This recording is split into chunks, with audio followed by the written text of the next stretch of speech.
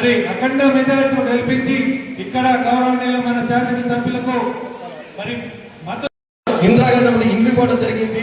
భూమి లేని వారికి ఇండ్లు పట్టాలు ఇచ్చి ఇల్లు కట్టించే ఘనత మన కాంగ్రెస్ పార్టీ ఇందిరాగాంధీ ప్రభుత్వం జరుగుతుంది. గారికి ఈ యొక్క డిస్ట్రిబ్యూషన్ కార్యక్రమానికి ఇచ్చేయడం చాలా సంతోషకరం. గవర్నమెంట్ ప్రతిష్టాత్మకంగా తీసుకున్నటువంటి ఈ యొక్క గమనించి ఈ యొక్క కార్యక్రమాన్ని అందరూ పాల్గొంచుకోవాలని కోరుకుంటూ తెలియజేసుకుంటున్నారు. జై హింద్. Thank you sir. తర్వాత ఈ కార్యక్రమాన్ని ఉద్దేశించి అమృతాపు గంగాధర్ గారిని మాట్లాడవచ్చు. అందరూ దాన్ని సద్వినియోగం చేసుకోవాలని కోరుకుంటున్నాం. అలాగే వేదిక మీద పెద్దలు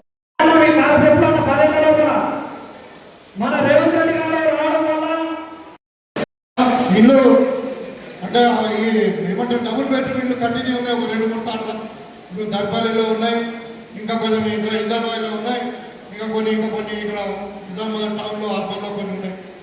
వాళ్ళందరూ కూడా 2వ విడతల మరి లబ్ధిదారులుగా ఇల్లు అలాట్ చేస్తారు. అలాట్ చేసి ఏ స్టేజ్లు ఉంటే ఆ స్టేజ్లో వాళ్ళకు అలాట్ చేసి బ్యాలెన్స్ అమౌంట్ మన గవర్నమెంట్ కడుతుంది. వాళ్ళకు అక్కడ మధ్యలో అంటే కాంట్రాక్టర్ వ్యవస్థ లేదు ఇందిరం ఇళ్ళలో. కాబట్టి అలాట్ చేసిన తర్వాత కాంట్రాక్టర్లో అంతవరకు ఎగ్జిట్ చేసేసి బ్యాలెన్స్ అమౌంట్ 1 లక్ష ఉంటే 1 లక్ష, 2 లక్షలు ఉంటే 2 లక్షలు, 3 లక్షలు ఉంటే 3 లక్షలు వాళ్ళకి లబ్ధిదారులకు ఇస్తాం. కాబట్టి మీరందరూ కూడా అంటే నిశ్చితంగా ఉండండి. ఇల్లు లేని వారందరికీ ఇల్లు ఇస్తాం. రేషన్ కార్డు లేని వారందరూ కూడా రేషన్ కార్డు ఇస్తాం. ఇవాళ అన్ని సంక్షేమ పథకాలు ఒకటి అమలవుతా ఉన్నాయి. మీకు తెలిసి గతంలో పరిపాలించినటువంటి టీఆర్ఎస్ పార్టీ వాళ్ళు ఏ విధంగా దోపిడీ చేశారు, కల్వకుంట కుటుంబం మొత్తం తెలంగాణను ఏ విధంగా దోపిడీ చేసింది అన్నది మీరు రోజు పేపర్లలో చదువుతూనే ఉన్నారు, చూస్తూనే ఉన్నారు టీవీలలో. మరి వాళ్ళ తెలంగాణను మొత్తం అప్పులపాలు చేసిపోయారు. ఎన్ని అప్పులైనా కానీ మరి మనం ఇచ్చిన మాట మీద కట్టుబడి ఉండాలా. మనం ఇందిరమ్మ రాజ్యంలో కాంగ్రెస్ పార్టీ మరి ఇచ్చిన మాట కట్టుబడి ఉండాలని చెప్పి ఎన్ని ఇబ్బందులు ఉన్నా కానీ ఇవాళ ఒకటి సంక్షేమ పథకాలు మనం అమలు చేసుకుంటూ పోతా ఉన్నాం. మీకు అందరూ ఉన్న విషయం చెప్పాలా. ఇవాళ బీసీకి 12% రిజర్వేషన్ ఇవ్వడం అన్నది కాంగ్రెస్ పార్టీ యొక్క ఆలోచన. గతంలో మీరందరూ గుర్తుపెట్టుకోండి, సమైక్యాంధ్రప్రదేశ్లో రాజశేఖర రెడ్డి గారు ఉన్నప్పుడు మనం బీసీలకు 34% రిజర్వేషన్ ఇచ్చాం. తర్వాత తెలంగాణ వచ్చిన తర్వాత కేసీఆర్ దాన్ని 21% చేసిండు, బీసీ రిజర్వేషన్ తగ్గించాడు. ఆ రోజు మనము కామారెడ్డి డిక్లరేషన్లో మరి పెద్దలు కర్ణాటక ముఖ్యమంత్రి గారు వచ్చి ఇక్కడ చెప్పడం బీసీ డిక్లరేషన్ చేసుకున్నప్పుడు ఆ రోజు 42% రిజర్వేషన్ ఇచ్చి తీర్థమని చెప్పి ఆ రోజు చెప్పడం జరిగింది. దాంట్లో భాగంగానే ఫిబ్రవరి 4వ తారీఖులో అసెంబ్లీలో తీర్మానం చేసి క్యాబినెట్ నిర్ణయించుకుని మరి బీసీ కులగణన చేయడం జరిగింది సమగ్రంగా. అంటే వాళ్ళ స్థితిగతులు ఏంటిది, వాళ్ళు చదువుకున్నారా, వాళ్ళకి మరి భూమి ఉందా, ఇల్లు ఉందా, వాళ్ళ సామాజికంగా వాళ్ళు ఏ స్థాయిలో ఉన్నారు అన్నీ కూడా ఒక ఇంటిగ్రేటెడ్ క్లాస్ సెన్సస్ చేయడం జరిగింది. మీకు అందరూ కూడా తెలుసు, మేము కూడా పార్టిసిపేట్ చేసాం. ఇవాళ ఒక సెన్సెక్స్ వచ్చిన తర్వాత మరి వాళ్ళ 42% రిజర్వేషన్ ఇవ్వాలని కృతజ్ఞతలు మన అసెంబ్లీలో కూడా పోయిన సెషన్లో మేమే అక్కడ బిల్లు కూడా పాస్ చేయడం జరిగింది. 2 బిల్లులు పాస్ చేసినాం. ఒక బిల్లు ఏమో మరి విద్యా ఉపాధి రంగంలో అంటే చదువుకునే ఇన్స్టిట్యూషన్ ఇంజనీరింగ్ కాలేజీలలో, మెడికల్ కాలేజీలలో, ఎంబీఏ కాలేజీలలో వాళ్ళకి రిజర్వేషన్ 42% ఇవ్వాలని, అదేవిధంగా మళ్ళీ ఉద్యోగాలలో 42% రిజర్వేషన్ ఇవ్వాలని ఒక బిల్లు. ఇంకొక బిల్లు ఏమో రాజకీయంగా స్థానిక సంస్థలలో 42% ఇవ్వాలని 2 బిల్లు పాస్ చేయడం జరిగింది. పాస్ చేసిన తర్వాత ఇక్కడ గవర్నర్ కూడా యాక్సెప్ట్ చేసిండు. చేసిన తర్వాత వెళ్ళాలి ప్రెసిడెంట్ దగ్గర ఆగింది. తర్వాత మనము గతంలో టీఆర్ఎస్ ఇచ్చినటువంటి పంచాయతీరాజ్ యాక్ట్ ఏదైతే ఉందో రిజర్వేషన్ దాన్ని చేంజ్ చేయాలని చెప్పి మన ఆర్డినెన్స్ కూడా రిలీజ్ చేయడం జరిగింది. ఆ ఆర్డినెన్స్ వాళ్ళ పెండింగ్ ఉంది గవర్నర్ దగ్గర. ఆయన ఇంకేదో లీగల్ ఒపీనియన్ అతని పెండింగ్ పెడతా ఉన్నారు. నిన్న పేపర్లో చూస్తాం, అది కూడా ఏదో కేంద్ర హోంమంత్రికి సంబంధించిన శాఖ పంపించినట్టు తెలుస్తూ ఉంది. కాబట్టి వల్ల నేను ఒకటే కోరుకుంటాను, మేము అందరూ గమనించండి కాంగ్రెస్ యొక్క సిద్ధశుద్ధిని. ఇవాళ అసెంబ్లీలో బిల్లు పెట్టినప్పుడు టీఆర్ఎస్ వాళ్ళు సపోర్ట్ చేసింది, బీజేపీ వాళ్ళు సపోర్ట్ చేసింది. ఇవాళ ఢిల్లీకి పోయేసరికి బిల్లు బీజేపీ వాళ్ళు సపోర్ట్ చేశారు, టీఆర్ఎస్ వాళ్ళు సపోర్ట్ చేసింది. అది సాధ్యం కాదంటున్నాం. మరి ఇక్కడ అసెంబ్లీలో ఎన్నో సప్లై చేసి సపోర్ట్ చేసింది. ఆర్టికల్లో ఒక షెడ్యూల్ 9 అని ఉంటుంది. షెడ్యూల్ 9లో ఇది మార్పు చేసి ఇంక్లూడ్ చేయాల్సి ఉంటుంది. ఎందుకంటే రాజ్యాంగబద్ధంగా బీసీలో రిజర్వేషన్ లేదు. మన సుప్రీంకోర్టులో ఒక గైడ్ లైన్ ఉంది, 50% రిజర్వేషన్ కంటే ఎక్కువ పెంచకూడదు. దాన్ని మనం సర్పంచ్ చేయాలంటే షెడ్యూల్ లైన్లో ఇంక్లూడ్ చేయాలి. మరి అసెంబ్లీలో మంది చూడటానికేమో బీజేపీ వాళ్ళు యునానిమస్గా బిల్ పాస్ అయింది. మీరు గమనించండి, అసెంబ్లీలో ఈ బిల్ అంతా కూడా యునానిమస్గా సక్సెస్ అయింది. మరి వాళ్ళ పార్లమెంట్ పోయేసరికి ఇవాళ మన ముఖ్యమంత్రి గారు ఢిల్లీలో ఉన్నారు.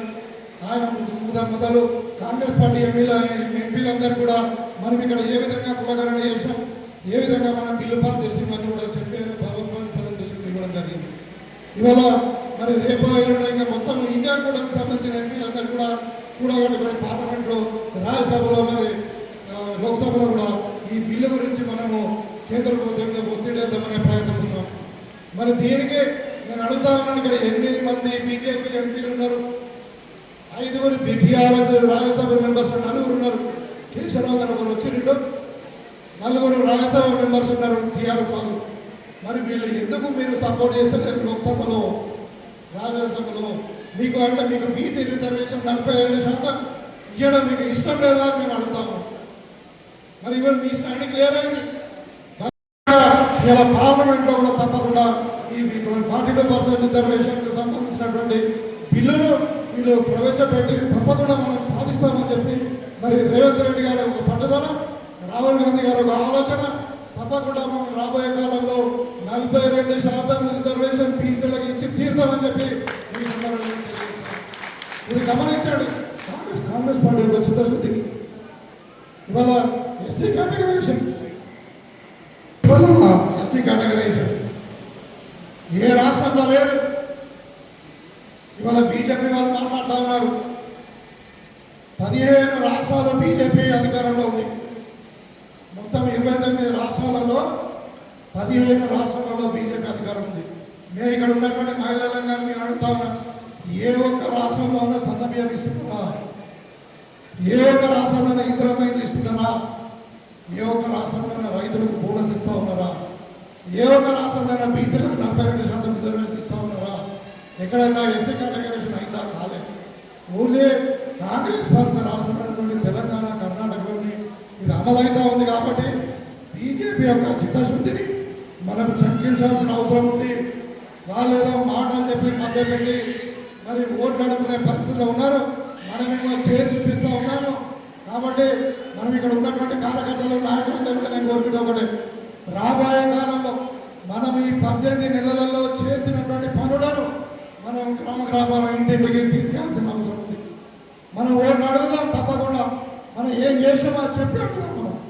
మరి బీజేపీ వాళ్ళను, టీఆర్ఎస్ వాళ్ళను వారు ఏ విధంగా ప్రజలకు వ్యతిరేకంగా, మరి తెలంగాణకు వ్యతిరేకంగా పనిచేస్తున్నారో అది కూడా ఎక్స్పోజ్ చేయాల్సిన అవసరం ఉందని చెప్పి ఈ సందర్భంగా కోరుకుంటాం. మరి ఇప్పుడు మన రేషన్ కార్డు డిస్ట్రిబ్యూషన్ కార్యక్రమం ఉంది, ఇద్దాం. దాంట్లో కొంతమందికి అసలే రేషన్ కార్డు లేని వాళ్ళు ఉన్నారు, కొంతమంది అడిషన్స్ ఉన్నారు. వాళ్ళు కూడా రేషన్ కార్డు ఇచ్చి మరి తెల్లారి అన్ని గ్రామాలలో మనము అందరూ కూడా వాళ్ళకి రేషన్ కార్డు ఇద్దామని చెప్పి కోరుకుంటూ మీ దగ్గర సెలవు తీసుకుంటా ఉన్నాం. జై కాంగ్రెస్.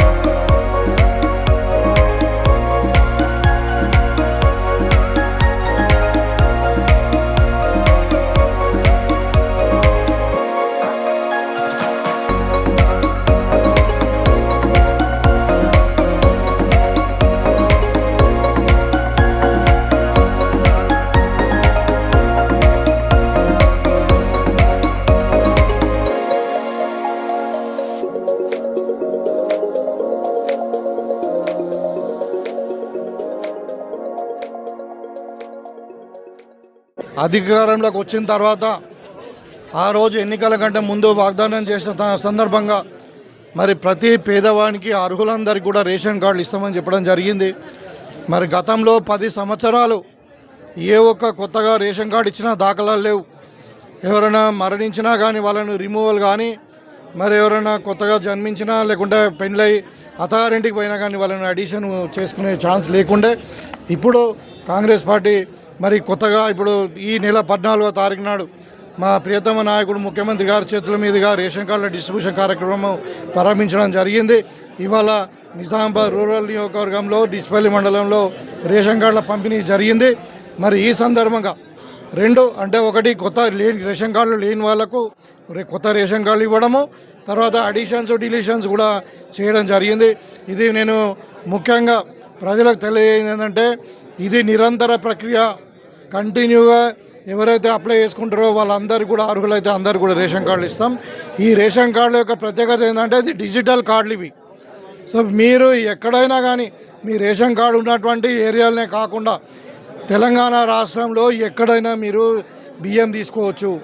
తర్వాత దీని ద్వారా మిగతా సంక్షేమ పథకాలన్నీ కూడా ఈ రేషన్ కార్డు ఆధారంగానే ప్రామాణికంగానే ఇస్తారు. కాబట్టి ఈ రేషన్ కార్డు అనేది చాలా ముఖ్యం. మరీ ముఖ్యంగా ఇప్పుడు పేదోళ్ళు కలగనటువంటి సన్న బియ్యము ఒక్కొక్క వ్యక్తికి 6 కిలోల చొప్పున మనం ఏదైతే ప్రభుత్వం ఇస్తూ ఉందో ఈ రేషన్ కార్డులో ఉన్నటువంటి ఒక్కొక్క యూనిట్కు 6 కిలోల చొప్పున నెలకు ఇస్తూ ఉన్నాం. ఇది ఒక చరిత్రాత్మకమైంది. ఇది దేశంలో ఎక్కడ కూడా అమలైతే లేదు. ఈ సన్న బియ్యం డిస్ట్రిబ్యూషన్ కానీ మరి డిజిటలైజేషన్ అంటే రేషన్ కార్డు ఎక్కడుంటే అక్కడనే బియ్యం తీసుకోవాల్సి వస్తుండే.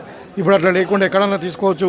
మళ్ళీ అడిషన్స్ డిలీషన్స్కి అవకాశం కూడా ఉంది. కాబట్టి దీన్ని ప్రజలు సద్వినియోగం చేసుకోవాలా. ఇది ప్రజలకు ఉపయోగపడుతుంది ఈ సేవలు అని చెప్పి నేను మరి కాంగ్రెస్ పార్టీ కార్యక్రమం తీసుకున్నది. ఎంత ఖర్చైనా పర్వాలేదు, ప్రతి పేదవానికి నెలకు 6 కిలోలు చొప్పున మరి 52 రూపాయలు పెట్టి బియ్యం పంచుతూ ఉన్నాం. ఇది మరి తప్పకుండా ప్రజలు హర్షిస్తూ ఉన్నారు. ఇవాళ జూన్ 7th వరకు అప్లై చేసుకునే అన్ని కూడా క్లియర్ చేసారు. ఎందుకంటే వాళ్ళు అర్హుల కారా దాని మీద ఎంక్వైరీ అవుతుంది. ఇదంతా ఉన్న తర్వాత మనం డిజిటలైజ్ చేస్తారు దాన్ని. సో ఇక్కడ ఎవరు కూడా ముఖ్యంగా ఇంకో విషయం మంచి ప్రశ్న అడిగారు మీరు. ఎవరు కూడా మీడియేటర్స్ లేరు. దయచేసి మీరు ఎవరికి కూడా ఒక రూపాయి కూడా ఇచ్చే అవసరం లేదు మీ సేవలు కానీ ఇంకెక్కడ కానీ. అర్థమైందా?